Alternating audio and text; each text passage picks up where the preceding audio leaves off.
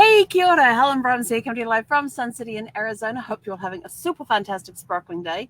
I was just looking for my water bottle and it's over there. The one here, empty. Yes, I have two. In fact, I confused Zeffy just now because I was having a drink of water out of the one that's here on the table, and I had it in my hand and I was opening the lid, and she looks at me. She looks up at the counter where my regular water bottle is, and then she looks back at me with this puzzled look as I say, "What are you doing?" But Zeffy has provided much entertainment today. I put a grocery order in this morning, and I told her to patrol, and she did. And so there's if you go to my story on Facebook, there's a picture of her on patrol, and then the grocery bags have been delivered, and she's there with a nose stuck in the bags, sniffing them out in the next picture. So she does her patrol, and then she comes in and speaks, and then she's okay. But before we get started, we're kind of getting started out of order here. First of all, I wanted to say to all my Canadian friends and family that I have up there, Happy Canada Day. It's going to be a great holiday weekend. I mean, you got Friday, which is today, is Canada Day. Monday is 4th of July. That's just a party in North America this weekend. So wherever you are, whatever you're doing, have a safe holiday weekend. No matter which holiday you celebrate, you may even be celebrating both, and that's perfectly fine too. Whatever you choose to celebrate, have a super fantastic, sparkling, safe weekend. That's all I can say. Anyway, back onto fun things. It's Fun Friday. It has been a very fun day today. Crazy stuff is happening. I had, what did it start off with? Oh yeah, so work stuff, normal. I still have an internet connection on my old Wi-Fi connecting thingamabob box here. And I actually called them up this morning to say, hey, it's the 1st of July. Where is my box? I ordered it 10 business days ago, and you said 5 to 7 business days for it to get here. In fact, I have one email that says 5 to 7 business days, another one that says 2 to 5 business days. It still ain't here within that time. And so, just trying to find out where it is. Can you please call me with my tracking number so I have it and I can track it, so I know when to go pick it up and everything else. And I did go down to the mailbox this morning here at the camp resort, thinking that that's where I had it sent, and it was an Amazon package, which is kind of interesting because this Amazon package was an order I had placed 2 weeks ago. They said it was undeliverable, which I'm sort of like, but you deliver to my RV all the time. So I didn't get that. So they were going to refund it. So they refunded it. And when I went down there was this package that was undeliverable. So now I have a package that I haven't paid for. Well, I did pay for it. They refunded it. And now I have the package because they said it was undeliverable. So when I got back from that, I called up the providers at the association I belong to that's put this deal together, saying, hey, look, I'm just looking for my box. Can you please call me back with my tracking number or even text it to me? I don't care which, because I don't have my box and I don't know how long this one is going to last. It's lasted today. I am praying that it lasts tomorrow as well, because tomorrow I have my mastermind group on, and then Sunday, Monday, I don't care. Thankfully, my mail place is open Saturday and Sunday. It's Saturday for deliveries and then Sunday for pick-up, but they're closed Monday. So I don't know how big the package is, and if it's small enough to fit in my box, they just put it in my box and don't tell me that it's there. So I will be going over there on Sunday afternoon to see if it has arrived, because the next time it's going to be is Tuesday. And I'm sort of like, I have morning calls to do. I have a morning call to do on Monday and a morning call to do on Tuesday, and I got, my regular Tuesday stuff to do. So I'm just praying it gets here fast. And in the meantime, I will also, I can't go over tomorrow morning when the mailbox place is open here on the camp resort, because I'm at my mastermind group. Because otherwise I'll go over, double check my mail thing again to see if they get a delivery on Saturday. They may have got one today. I could go for a drive over there this evening and have a look. No, maybe we'll do that. We just got back from a walk. It's 106 degrees outside. But so we had a good day, finished that, and then I do have a printer. I have nowhere to set it up right now. In fact, I have nowhere period to set it up unless I put it on the table here, and it takes up a lot of, even though when you take it out, it's about this long, about this high, actually it's about this wide, this high, and about this long. And the problem is that you have a piece that sticks up out the back for the paper to go in, and then you've got the paper that comes out the front. So you need space to put this thing. And I really don't have the room to put it, and I have to plug it into my laptop because it won't plug in. It's meant to do Wi-Fi and it doesn't. It would be nice if it did. And so I don't have a printer right now, but my eating plan my health and wellness plan that I'm on, I've been wanting to print because I use the same 7 days for 4 weeks. And it's a real pain to have to put the computer on in the morning just to see what my breakfast is before I usually turn the computer on. And then I've got to check it throughout the day and everything else. And so I finally sent it off to Office Max to get them to print it for me. And while I was over there, my journal that I use for my morning call notes is almost full. And I'm about to run out of that. So I got a new journal for that. And what was the other thing I had to get? Oh, yeah, I needed 4x6 index cards for next Friday. So I figured, I'm here, I'll get them. And so I got those because I need them for next Friday's call. And then and I thought, I'm just going to pop next door to Michael's and just check out what's there. And I have to say, I haven't been in a Michael's in a while, a few months. And they don't have half the stuff they used to have. They really have cut back on the stock that they carry. And I understand there's all the shipping things and short supply of stuff and everything else. But it just kind of shocked me. I mean, the shelves were not empty. They have made good use of the space that they have to display what they do have. But in some areas, it's just sort of like, man, this is all they have. They used to have like three aisles of this stuff, and now they're down to 1.5. So I noticed that was a big change I'd noticed in Michael's and even in Office Depot, because they used to have a huge range of like journals and notebooks and composition books and all that sort of stuff. And it's in one aisle that's not even the big shelves either. It's right up the front there where you can actually stand there and look over the shelf. I'm 5'4". I can look over the shelves quite comfortably. And all of the journals and composition books, all their school supplies and everything is right there in front of you on that one row. And I'm like, it used to be one and a bit rows and, both sides. And not no more. So it was kind of interesting to go in because I haven't been in for a while. So I got what I needed to get and then came back and I left Steffi watching Mary Poppins. I did have on one of those very long 10, 15, 20 hour dog anti-anxiety / calming / whatever else videos on YouTube playing up there. But I'm sort of like, okay, this is supposed to calm the dog with the anxiety, yet you blare commercials after every piece of music. So they have a piece of music that plays, then they have a commercial, and then they go back to the next piece, and then they have a commercial. And I was sort of like, I don't like that. And then, so I thought, nope, I'm not going to just let it run. And one of the commercials went for 20 minutes. And I was playing this well before I left as well, just to get Zephyr used to the music playing and everything else. There was a 20-minute commercial. There was a skip ad button. You're supposed to be leaving this on for your dog while you were out, type of thing. And I'm like, this is no good. And then after the video had been playing for an hour, minus commercial time, it comes up and says, do you wish to continue watching this video? And I'm like, what the hell do you do if you've got that playing for a couple of 2 or 3 hours while you're out? It's going to automatically time out the video. I'm like, that's just weird. So explain that one to me. And so I just pulled out the DVD Mary Poppins, popped it into the DVD player, and left it going. I mean, it's a 2 hour and 20 minute long movie, or 2 hours and 19 minutes, and she seemed to be quite happy with it. She wasn't as anxious when I came home like she normally is, so that was a good sign. But it depends which day you get her on as well. But when I was at Michael's, the girl checking me out had this really unusual name, and I asked her where she got it from. I said, your name is very unusual. I said, where does that come from? Genealogist, curious. And she turns around and says, oh, thank you. She says, I'm the oldest child that was born, and so my parents thought it would be a good idea to combine their names to give me my name. And I went, well, that's really cool. And I said, so where does, and because it was a hyphenated name, and I said, so where does the second part of the name come from? And she says, oh, it's my mother's name, and gave me the full name. And so I'm busy checking out, and I looked around and I said, does your father's name happen to be entitled what father's name? And she goes, yeah. I said, I figured that's where that part came from.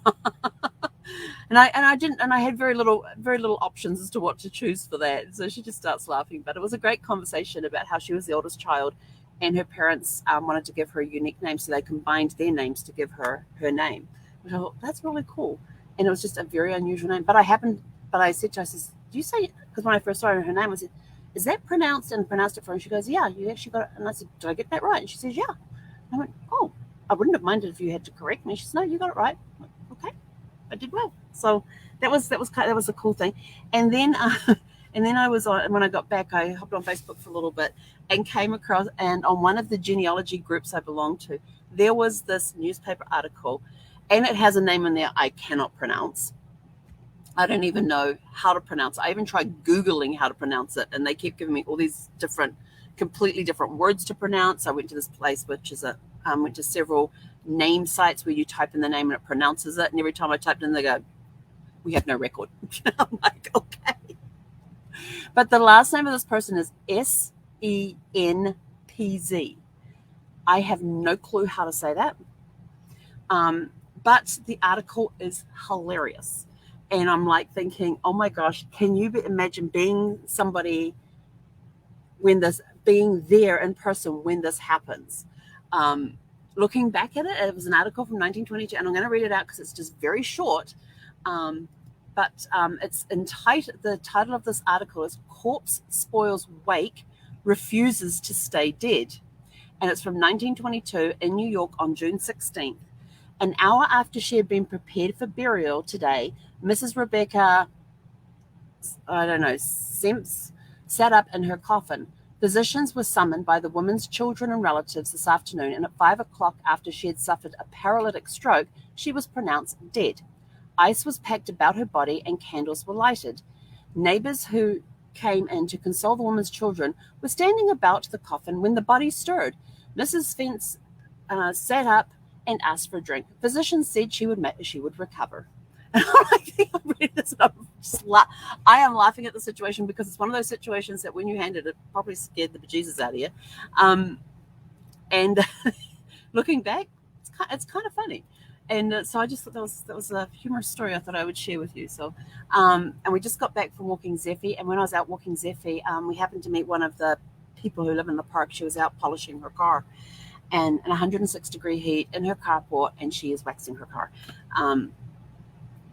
And so we got chatting, and we had met before, but we hadn't spoken for a while. So we knew each other to say hi, and that was about it. And she knew Zeffie.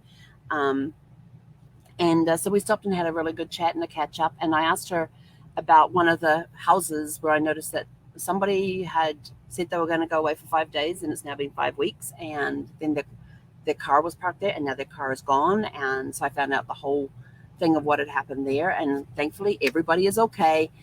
Because I was thinking, oh my gosh, don't tell me she went home, something went wrong, and she's now is immobile, is dead, or something, just the imagination going wild. But no, she's fine, she's healthy, she's just moving back home, being close to family. And I thought, thank goodness for that. And so we had a really good conversation and a good chat, and about all sorts of things. And poor Zeffie's just moseying around, eating grass. Then she decided she'd had enough grass, so she starts whining like, come on, my walk time, let's go.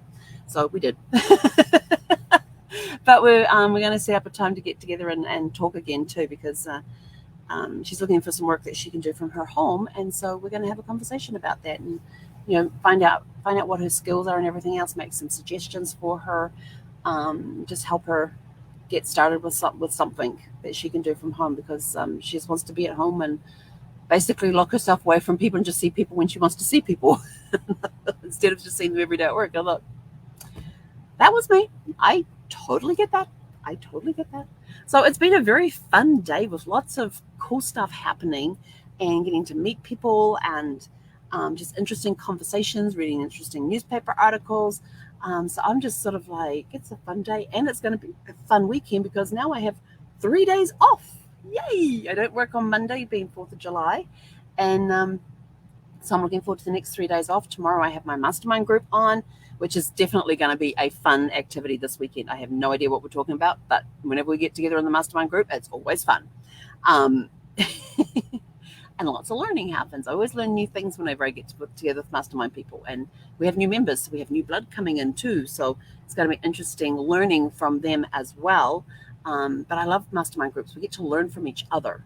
and we get to brainstorm together. And when you're in your own business and you may be struggling with something, somebody in the group could be from your ideal could be part of your ideal client profile. I know when back in the early days when I was figuring out how to come up with different ideas to market my travel business, I would say, I was thinking of doing da da da da. And so we would poll the room and nobody was interested. So like, okay, we won't do that idea then. How could we redo it that would pique your interest? And so it was good to get feedback like that from the other people there, and they could potentially be my travel clients. So what would they be interested in? If I was to do something like this, how would they like it presented? What tweaks and changes would they make to it for it to be something that they would be interested in? So it was good to get feedback like that from other members. And I just love the people in my mastermind group. They are awesome. And now we've got new people in there too. So now I have to go meet the new people so I can get to know them and figure out how I can help them. But we just have such fun, such a good time. And then I get to have a meeting with a very dear friend of mine after that. So that's going to be cool. And then I have nothing planned for the rest of Saturday, nothing planned on Sunday, although a DOG PARK may be involved very early on Sunday morning. Yes, because somebody has some energy that she needs to release. And then apart from the regular wake-up call on Monday morning, I have nothing planned for the rest of the day. So I'm going to be catching up on different projects that have nothing to do with they're going to be fun projects. I have some art journaling I need to catch up on, and have some artwork that I'm working with, but I'm staying away from anything that has to do with anything that I work at. I'm staying off the email. I may not even have an internet connection come Sunday, so I may not have an internet connection tomorrow, so I just hope I have enough stuff left on my phone that I can use that for tethering tomorrow. And I've got to see if I've got the tethering capability on my work phone, because I do have a second phone. It is an Android.